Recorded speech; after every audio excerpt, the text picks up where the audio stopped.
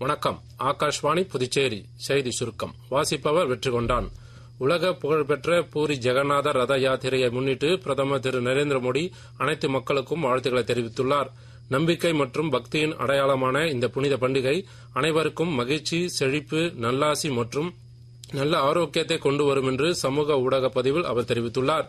பிரதமர் திரு நரேந்திர மோடியின் 123வது மன் கி பாத் எனும் மனதின் குரல் நிகழ்ச்சி வரும் 29ஆம் தேதி ஞாயிற்றுக்கிழமை காலை 11 மணிக்கு ஆகாஷ்வாணியின் அனைத்து அலைவரிசைகளிலும் ஒலிபரப்பாக உள்ளது.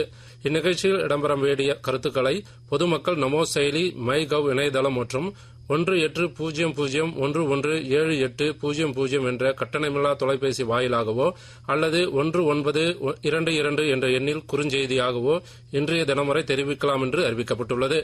ஆபரேஷன் மிட்நைட் ஹேமர் மூலம் ஈரானிய அணுசக்தி தளங்கள் மீதான அமெரிக்கா மேற்கொண்ட தாக்குதல் நடவடிக்கையினால் மேற்கு ஆசியாவில் அமைதியும் ஸ்திரத்தன்மையும் ஏற்படும் என்று அமெரிக்க வெள்ளை மாளிகையின் பத்திரிகை செயலர் கரோலின் லீவிட் குறிப்பிட்டுள்ளார். அமெரிக்காவின் இந்த நடவடிக்கை ஈரானின் அணுசக்தி செறிவூட்ட திறனை அழித்து அமெரிக்கா, இஸ்ரேல் மற்றும் பிற நாடுகள் ஈரானின் அணுசக்தி அச்சுறுத்தலிலிருந்து விடுபடும் என்று தெரிவித்தார். நவி மும்பையில் உள்ள நவாஸ் ஷேவா துறைமுகத்தில் பாகிஸ்தானிலிருந்து துபாய் வழியாக இந்தியாவிற்கு கப்பலில் சட்டவிரோதமாக இறக்குமதி செய்யப்பட்ட சுமார் 9 கோடி ரூபாய் மதிப்பிலான 1115 மெட்ரிக் டன் பொருட்களை வருவாய் புலனாய்வு இயக்குநரகம் பறிமுதல் செய்துள்ளது.